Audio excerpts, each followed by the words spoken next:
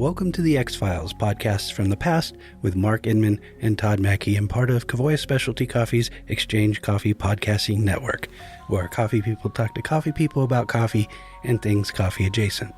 Down the stairs, around the corner, down the long hall, and through the double doors, you'll find the archives for the Exchange Coffee Podcast, episodes from 2018 and 2019, before we had a studio.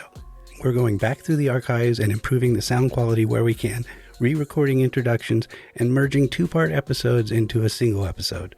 Episode 1 of The X-Files is episodes 21 and 22 of The Exchange from October 2019, providing equipment to retailers.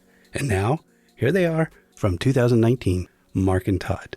But our episode tonight that we're getting into is the coffee roaster and providing retail equipment, which I think a lot of folks coming in the small roaster space will have to appreciate or at least wrestle with a little bit.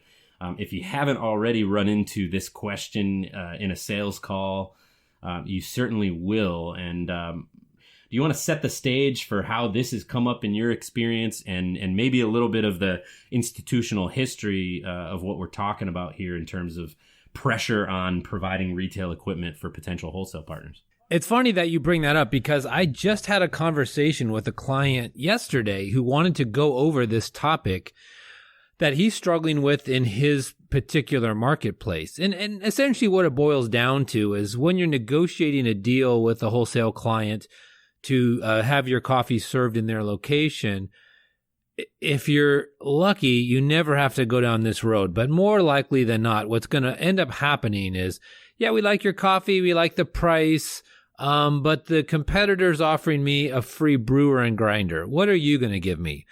And you get into this tug of war with free equipment placed in their store to brew your coffee. And in the Bay Area here, in San Francisco Bay Area, it has been a real struggle for coffee roasting companies because it was the norm here for so many years.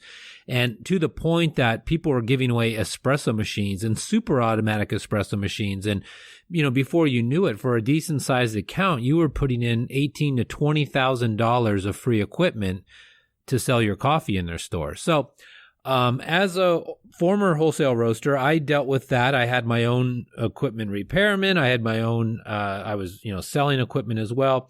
And I had to create various programs, A, to ensure profitability for my company, and B, to try to mitigate the growth of this phenomenon in our territory, because no roaster really wanted to participate, but we all felt obligated to play because we were afraid the other person was outdoing us in some way. Yeah. So in light of that pressure, I mean, before I even go here, let's, do you have a sense of where this entered the market? I mean, I've always assumed that this was day one, looking at, the beer industry, you see obviously that right. The long-standing history of, large brewers actually financing full pubs and, the sort of old architecture is throughout the country. You go into small locals throughout the Midwest, especially, and you see, the PBR and Budweiser signs with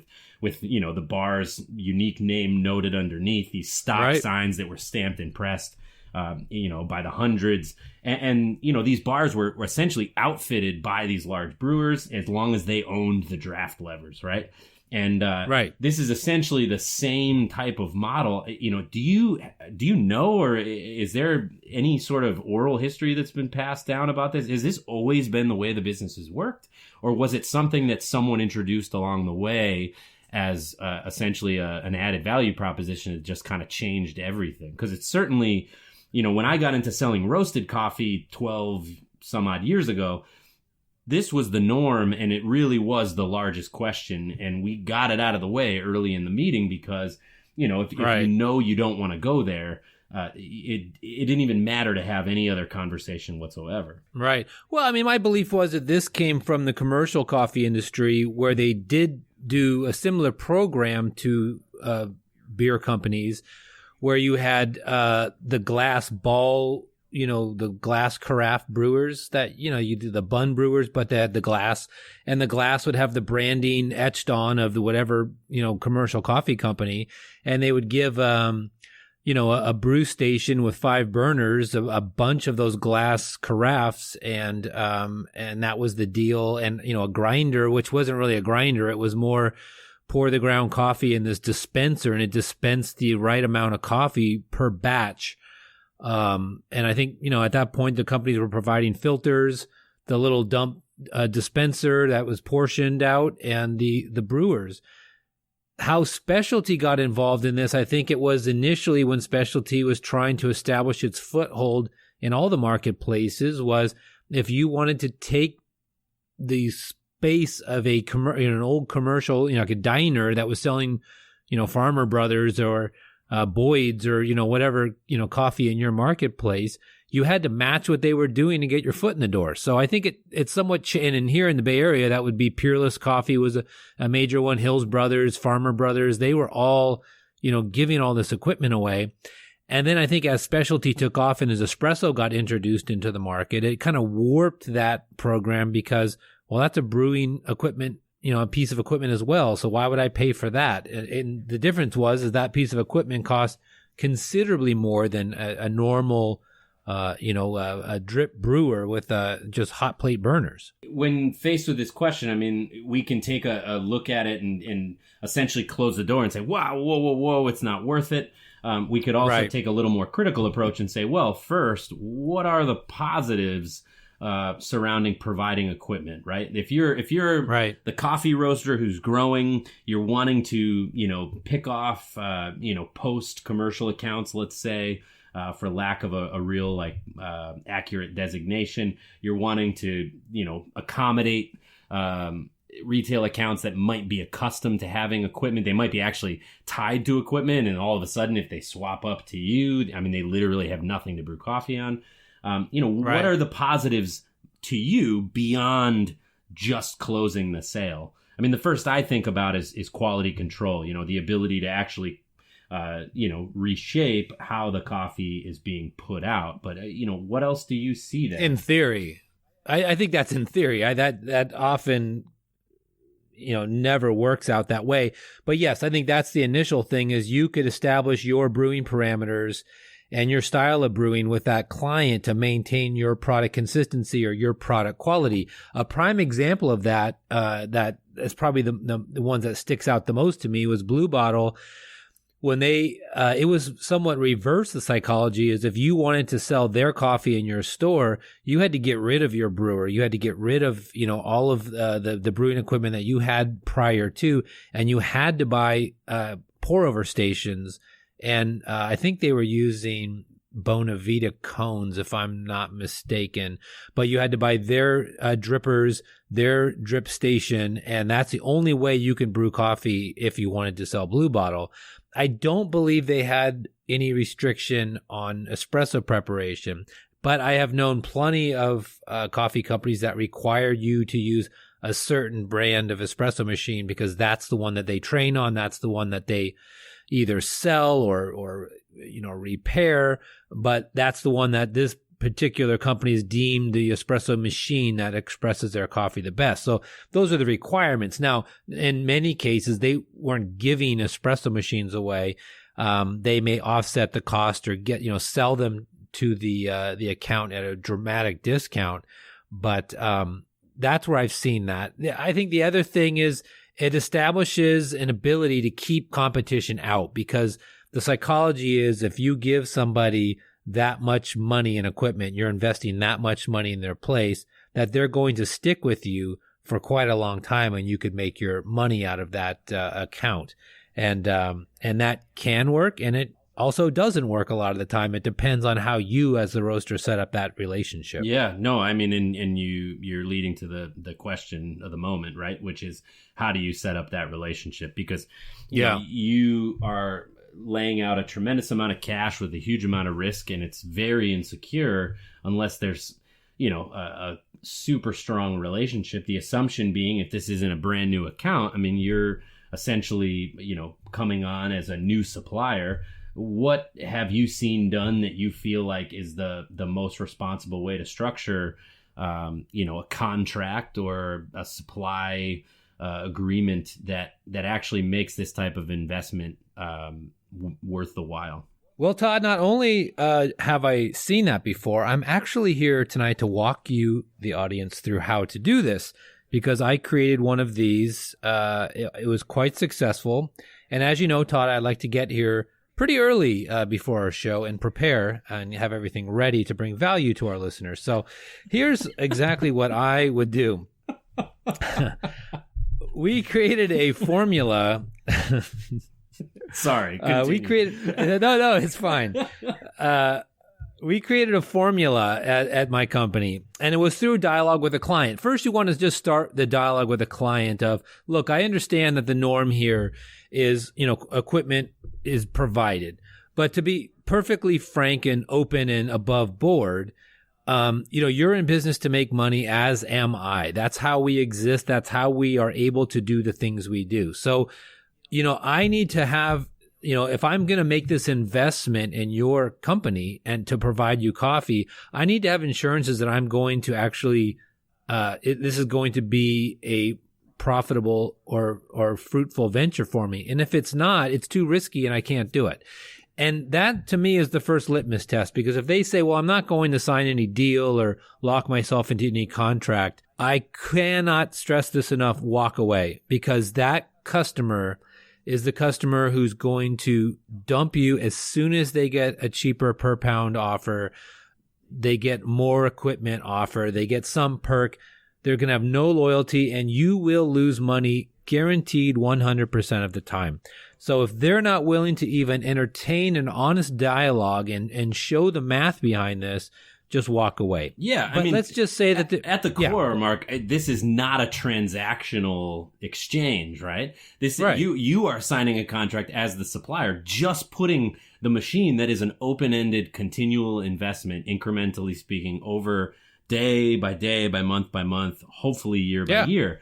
So yeah, I think you're absolutely right. Continue, please. So we would first go over the, how many pounds a week of coffee do you purchase? The account, has an average that they say we do this much. Okay, you work that in. So it's how many pounds per week average. We would calculate that. It actually was write it in the box, and you did the math in the contract. How much, margin are you earning per month on this customer? The break-even point on the investment of the equipment that they're requesting. So what's the total cost of the setup plus maintenance? You have to figure out maintenance cost in here, because that will come up. And what's your break-even point, and then what's your desired profit, and that's your term of the contract. So in a perfect world, you want to be breaking even within 1 year of having this customer. And then to me, I always wanted to double my investment. So I would make them do a 2 to 3 year deal to make this worthwhile. If they agreed to it, they would sign the contract agreeing to stay with me for 2 to 3 years. If not, they had to buy the equipment in full at full retail price. So there was a stinger if they decided to walk away, that we would take them to small claims court and get paid for this equipment. At that point, they sign an agreement to maintain the equipment per a maintenance schedule. So we give them just daily maintenance, cleaning and maintaining the equipment, and then we would do periodic maintenance, replacing O-rings or sprinkler heads or whatever maintenance going, putting the spring through the brewer to clear out any hard water deposits and etc. And that was the deal. So it was a very loose contract that was based on complete transparency, showing this is how much we make when we do sell a pound of coffee to you. This is where I break even. And so there was no mystery. And in many cases, that was a very fruitful way to do business. And these people were very loyal. The biggest catch that we were talking about earlier, where I was kind of saying, well, in theory, this is great, is you give somebody free equipment. That doesn't mean they're going to take care of it. It's not their equipment. They don't own it. They didn't spend any money on it. And what I found before I started doing this contract is, a phone call. Hey, a brewer's just brew, your coffee just tastes like water. come on in. Something's wrong with your coffee. You must be roasting it incorrectly. And you go in, you look at the brewer, you pull the basket out, and the sprinkler head is gone, and it's just water coming out of that one hole and not brewing correctly. Where did the sprinkler head go? I don't know. Probably got tossed out when we, cleaned it. And that kind of attitude, just, I'm not taking care of this. This isn't my equipment. And if it's broken, you fix it. It was a nightmare. And it was just like, this is not what we're in business to do. These people didn't care. So you had to make this kind of formality and the structure around it, so they understand that this is a business deal. This is not just, you're not doing them a favor and they're not doing you a favor by, allowing you to sell your equipment in there. You're both in business to make money. You want their quality to be high.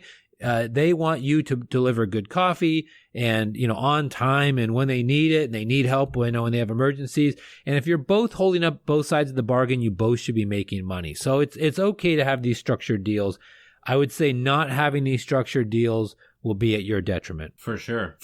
Now, tell me, did you ever have to take action on on like a terminated contract? So you actually ended up in court pursuing it. Was that, what was the rate if you have to just shoot from the hip? I mean, if you put out 100 contracts, you placed equipment in 100 accounts this way under this contract, how many did you actually have to act on when there was some breach of that contract? It was far less than 1%. It really wasn't that often. Where it happened more times than not was in the early days when you're desperate for accounts and you'll take somebody, even though you have that kind of that red flag in your head of, these guys don't seem too stable and they don't seem to know what they're doing, but they do decent volume.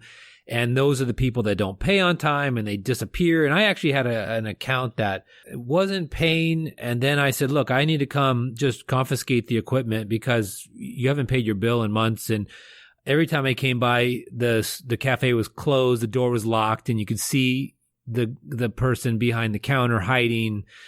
And it was just this mess. And, but that's, I chalked that up to my own inexperience and naivete. And I learned from that. And then once you really have your footing in business and you're, stable, you tend to sniff out bad business quicker than not.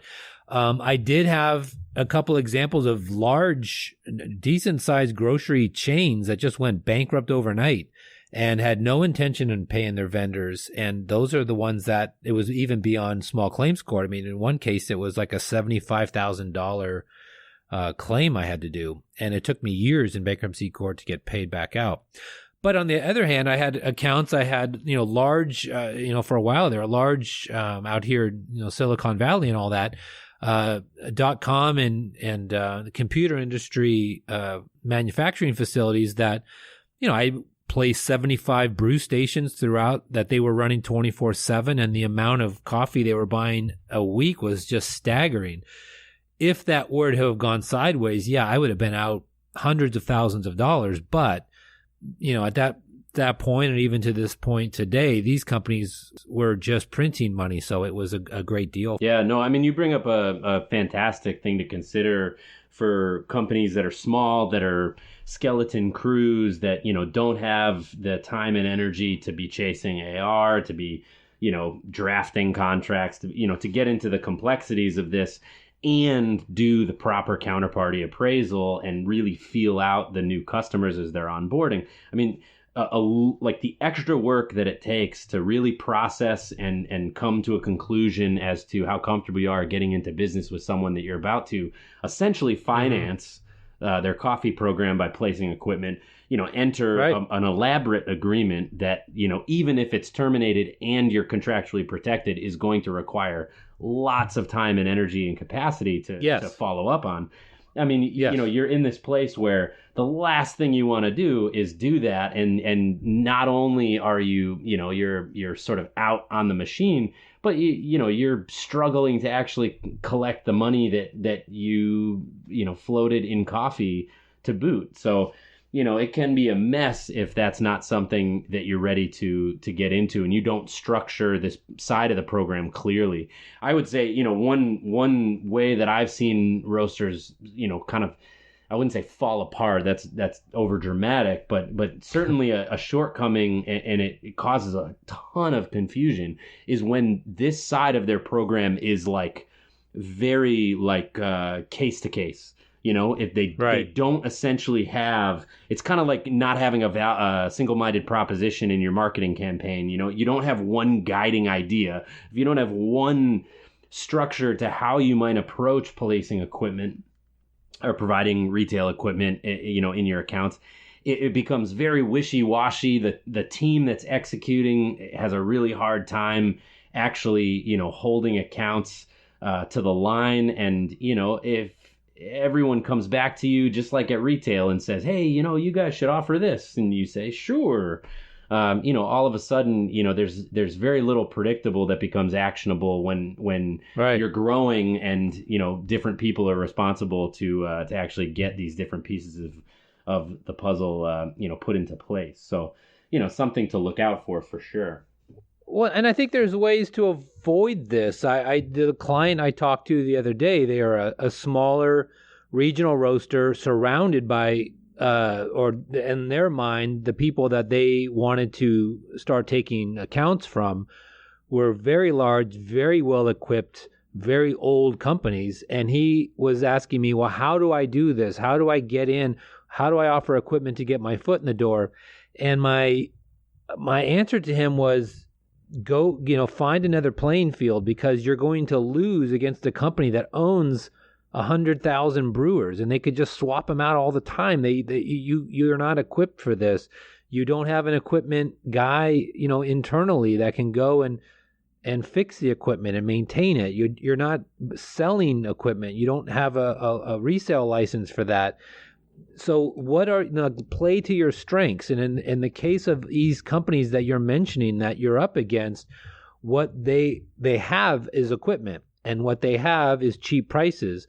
But what they lack is high quality coffee, and what they lack is the baristas in the stores that you're wanting, that you're attracted by, can't pour latte art. But they know that everybody's doing that. So offer them training, offer them, higher quality products, consistent training, which is just your time at that point, and encourage them to invest in good equipment that professional baristas use. So if they were given, some free cheap machine, well, you know what? Maybe you want to just go buy something of very high quality, and then we'll train you how to be great on it. That may be your foot in the door with that account. And that doesn't cost you anything, because you're not selling that equipment. You could actually partner up with a distributor of equipment that sells these brands and say, look, I'm going to do some of these sales for you, and work out some deal with them. And then you can provide the training. And that is one way to do it when you're smaller and leaner, and you're not equipped to be a bank to be funding clients as they grow. Absolutely. Yeah. I mean, I think that the question is much more, when to consider, where you might consider financing equipment, when we're talking about brewing equipment, strictly batch brewed filter coffee, right? Lower cost equipment, more low maintenance relative to espresso equipment. Sure. I just wanted to put out some numbers that I ran in preparation for our episode here that might. Right. I was told there wasn't going to be any math tonight. Well, I'm saving our listeners here from having to break out their calculators. So okay, good. So that's the idea here. The case I want to make is that you shouldn't finance espresso equipment for your account. No. In almost any case, and for certain, if you are a lean, independent, growing specialty coffee roaster, just don't do it. Now, we know 1 pound of finished roasted coffee is 454 grams. Follow me now. If you are brewing espresso from 19 grams of coffee, now this, you may be up from here, you may be down from here. I'm not looking to be completely, true to every individual model. Adjust as you will for yourself. This gives you clean with zero waste, which is not a reality. Yeah. But if there were a zero waste environment, this would give you 24 shots of espresso per pound of finished roasted coffee. Now, Which is not happening. But let's say that you have a relatively efficient model and you're 5 to 10% down from there. Either way, I'm basing this off of 24 shots of espresso on 19 grams. That's out of 1 pound of coffee, or 454 roasted grams of coffee. So that cut across a shop that is putting across 350 some odd espresso shots per day. That would be straight espressos, Americanos, lattes, cappuccino, etc. That's a fair volume. This amounts to 14.6, just over 14 and a half pounds of coffee used per day. Now, if you are placing what is, mid to high tier espresso equipment, it's not unlikely that you might be between the actual brewing machine, the espresso machine, and a good grinder for both the espresso and a decaf, or maybe a single origin. You might be out $10,000 in this case. And that's probably not the furthest extent of it. I mean, if you're really at the bleeding edge, a lot of our listeners most likely are. And if they're not enjoying a significant volume discount with the machine manufacturer, which you're likely not, this equipment for one account that might be doing 350 drinks or just under 15 pounds of coffee a day is going to have you spending 10 grand to get this equipment on the bar. Now, 10 grand, assuming you are getting $1 out of each pound of coffee, it's going to take you 685 days of that consistent volume if you are assuming one full dollar is going back just to the principal amount, the initial principal, no interest, no maintenance, no anything that the real world, as you've well outlined prior to this little math problem, you've given it to us what you need to consider, which is well above and beyond this. But even if it's just the hard principal cost of this investment at day one, that is going to take nearly 2 full calendar years to recoup just that initial investment. None of your training and time, none of your preventative maintenance, none of the additional parts and maintenance this way. So, there's just, in my mind, with this type of analysis available, there's really little to no reason why anyone should consider this. And I think it's beyond advisable. I mean, it's dubious to think that you might go down this road. It's the same as a wholesale roaster saying, hey, I'm going to open X number of shops in one fell swoop when, cash is tight. I mean, this is essentially why. So, what I want to segue the discussion towards is, well, what do you do instead? What are the opportunities for solving the problem? Hey, this potentially fantastic cafe account needs an espresso machine and doesn't have the connections.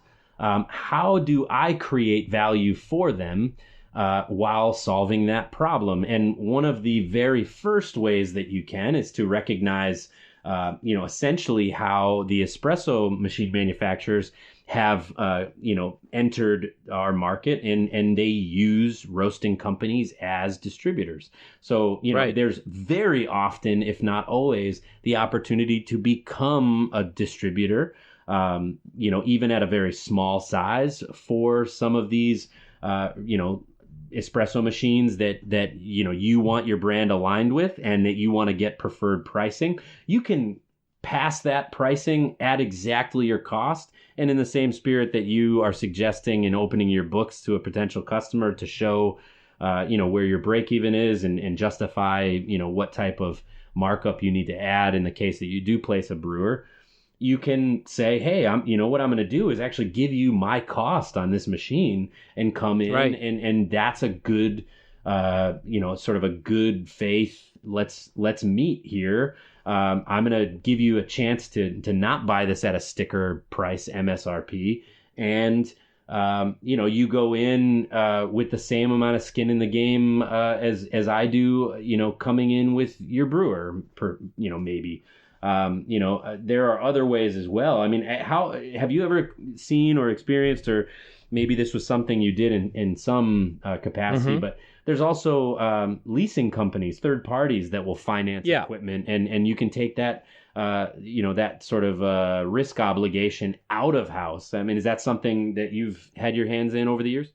Oh, yeah. I was a distributor for Nuvo Simonelli and La Marzocco, and as well as Franchi. I was selling a lot of super automatics to hotels and institutional, manufacturing companies, computer companies. So I did all three brands and had to do a combination of everything you just laid out there. I did a lot of we'll sell it to you at cost and do the training and maintenance. But you have to lay this out and you own it. And we did turn them on to third-party financing if we didn't want to do a cost deal, but we would make it worth their while to do that. I would say that those are great avenues for you to look down when you're pretty stable as a business. If you're new and up and coming, this gets very complicated very quickly, and you have to add a layer. If you're going to become a distributor for any of these brands, you're going to need an in-house tech that would be your equipment person. You're not going to be able to avoid that, so you have to be ready to develop that infrastructure, keeping parts on hand and being ready to go, do on-call repairs for your equipment. You have to be prepared to invest in that whole avenue if you're going to go do this. Yeah. I mean, what is that, if you had to ballpark that figure just for folks that are on edge thinking, yeah, well, maybe that's for me. I mean, what do you speculate the investment to bring on or, push someone on the team to even a minor specialization in equipment maintenance, carry like the bare minimum necessary on-hand part stock? And then, was it something you felt there was value in carrying like an inventory of machines? Like, hey, I'll ship that to you tomorrow, or? Yeah, most of that stuff we ordered, per deal. We were able to, get the machines sent pretty quickly. That was never an issue. When I did it, there wasn't a lot of, you just, can't put an ad out for espresso repair person or coffee equipment repair person and hire somebody. We actually had to send somebody to every brand we dealt with and got full training. I would say the super automatics were the toughest thing to learn, but so that was a solid 6-month investment in travel, all the, airline hotel stays to go, for 2 weeks at one company to learn how to, tear apart and rebuild a machine, and then off to another city to go learn how to tear apart and rebuild another brand of machine. So there was a good investment. And then once that is done and you have the trained person, it's roughly about $100,000 a year in cost to you between the person, the parts, the truck you need to drive around, and just all of the everything that surrounds having that end of the business. Now, you can make money at this venture very easily because for people that own that brand of equipment and are in some markets, there's very few, if any, repair people around. The hourly rate for a repair person is quite nice, and it can become a great avenue for your business if you want to go down that road. So it's not necessarily $100,000 out the door. You do recoup, and you can be profitable in this venture as well. But it does change the nature of your business. It does change the focus where your resources are going, and it adds another layer to your company that you have to be prepared to take on. Yeah, no, I mean, having been, I at a time was a La Marzocco tech. I was a Simonelli tech. Went in for training at both factories and worked on plenty of machines and have been under many a counter, and I've flooded several cafes and certainly knocked out like the power in a couple of places. Sure. But yeah, I mean, I do think like it's a huge ask, and it's an opportunity that you can create out of it, but man, it's not something to underestimate. And beyond that, it's it is an absolute requirement to have this type of in-house service, so as not to open the door to someone else who does have it and who is servicing your accounts for you, indirectly. Where people start to see that value and start to drift in terms of their interest. But additionally, I mean, you have to always bear in mind that when someone doesn't have a machine, I mean, they're not brewing coffee. So, typically you have to carry one or two loaner machines where, you can take something out and if it requires a few days of service, you have something that you can leave them with in the meantime. But you need that because nothing's worse than trying to fix an espresso machine in a actually working open cafe. You're just in the way. It's a nightmare. Pull the machine, put in a loaner, and get that thing to your bench and work on it there. Yeah, absolutely. Yeah, no, and it changes the whole dynamic. I mean, having been a tech in the field, it's I love doing that work in my workshop, and in the cafe, it's a nightmare. And the best of techs still struggle just for mental clarity and the sort of space that they need to actually do the job right when they're not like having people like shouting at them for espressos and cappuccinos, and they're like, man, I don't even work here, come on. As a funny little side story, I had a guy that worked for me that I thought was perfect for this job. He was a musician, but he was somewhat looking for something more stable. And I said, look, this is something I'm willing to train you and invest with you on. And frankly, and I'll add this to our topic here tonight because, in many ways, repairing equipment is the safest bet you have as a business person out there. And in the Bay Area here, San Francisco Bay Area, with I don't know how many thousands of cafes and roasting plants and wholesale coffee companies, there are 2 equipment companies that repair equipment in this, from San Francisco to the Oregon border, which is unbelievable to me. And so when somebody would come to me and say, hey, I'm retiring and I want to open up a cafe, I'm just like, oh my God, this is such a boring story. Let me tell you another avenue you should go down, and that is maybe learning how to repair and sell equipment. It's not as attractive as having a cafe, but man, it's a sure thing. And man, you're never going to have a hard time making money. And if you decide you don't want to live here, you can take your tools and go anywhere in the world and start working tomorrow. Anyway, so this is where the story is. I trained this person. I invested all this money, and I had a large hotel down in Southern California that had Titan brewers, the 3-gallon urn brewers, and I had 6 super automatics in this hotel. And we had a situation where 3 of the machines went down. They were doing, I think it was the Tony Awards or something in their banquet. I mean, they did like Hollywood Awards in this major facility. And the equipment went down, and they said, hey, we need your guy down here immediately. We've got all these problems. I said, great, I'll get him down there, no problem. So he drives from Northern California down to Southern California. It's about an 8-hour drive, and he's going to work all night. And I go to bed like, great, I know he's down there, he's starting his work, and he's pretty new to this. And he's down there and has basically an anxiety attack with the amount of pressure it is to work on equipment in a working hotel with people breathing down his neck. And, everybody's preparing for one of these award shows.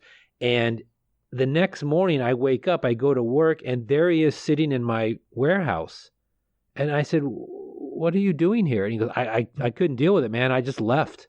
And he left the equipment like completely open with wires hanging out, and drove 8 hours home and just didn't even think to call me or tell me what was going on. And meanwhile, the account calls me flipping their lid like, your guy just disappeared, and he's sitting right in our warehouse. So yeah, you have to have a certain stomach for that side of the business. And he ended up becoming a great employee but the initial trial by fire was not a good moment for me as a business person. Yeah, no, I can totally empathize. I was in an open cafe, La Marzocco Linea, old, AV, very very like, the ones that went out in the initial Starbucks run that we always joke like, oh, what's gonna outlast Armageddon? Okay, cockroaches and La Marzocco Linea. But I was in this open cafe in Boston, must have been 45 people, and won't get into the details, but obviously if anyone's listening and you're at all tech savvy, or you've worked on these machines, I can tell you what happened offline. Give me a call. But one thing led to another, and I mean, thank God I didn't get electrocuted, because 220 amps essentially grounded through this metal counter just on the fact that I didn't shut the machine off before starting with the work I was getting into. And so literally, like, a lightning bolt grounded itself through the counter to the floor in an open cafe, and the entire place went black. And this was the day that I was like, yeah, I think I'm gonna do something else. It's the things that you would never think like that you would forget to do, whether safety or just basic step by step, this is the nature of swapping this part or whatever. Yeah. When you're around people and there's a myriad of distractions, bets are off. So if you do decide to go down this road, I know we're not talking about how to tech equipment. No. We're talking about providing equipment, but being that supporting your equipment in the field is absolutely non-negotiable.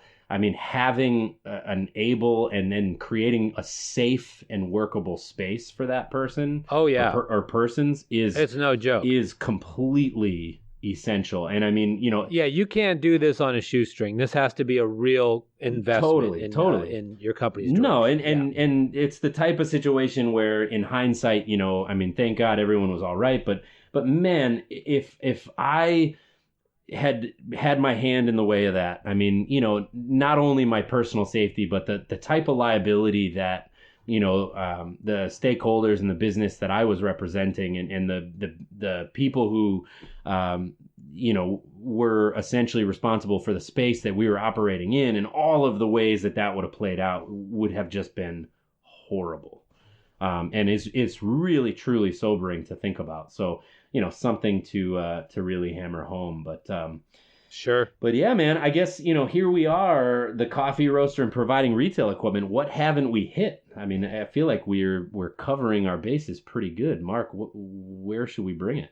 I think, the final word is that, there are ways to avoid any of these situations based on your size, and that will, to me, it's always play to your strengths, and then feed, or try to address the certain company's weakness that you're trying to attract, and that doesn't always have to mean giving away free equipment.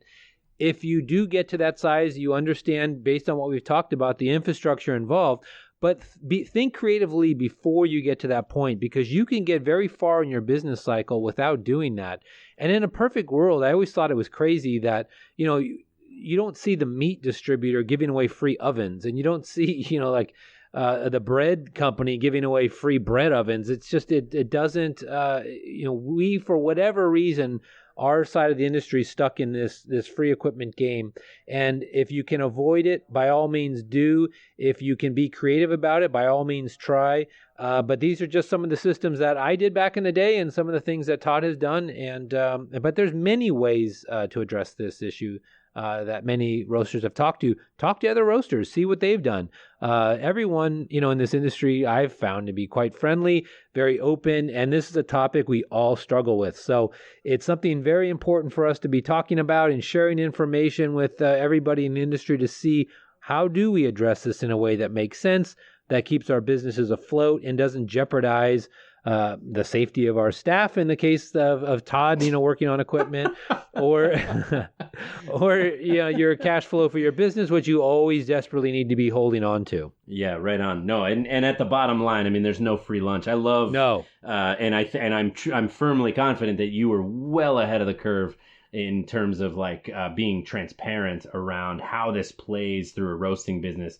I think that it's in the spirit of specialty coffee to be transparent. Yep. I think it endears customers, and I think that small roasters would be wise to essentially open up, what the picture looks like from their side, and talk about, really the shared risk opportunities that this venue, presents for them and their customers. There's no way around the fact that this is a big expense. It's a critical expense. And I really honestly think, ideally speaking, beyond just the business case for shedding the expense and letting your customer own it, I mean, that whole idea of stewardship and ownership is so huge when it comes to the role that this stuff plays on the counters that it sits on. And any way that you can bring that back to the folks you're working with, I think is huge. So certainly something to keep in mind and try to push people towards taking literal ownership of their equipment. And you can figure out other ways to excel and other ways you already are excelling and message that forward.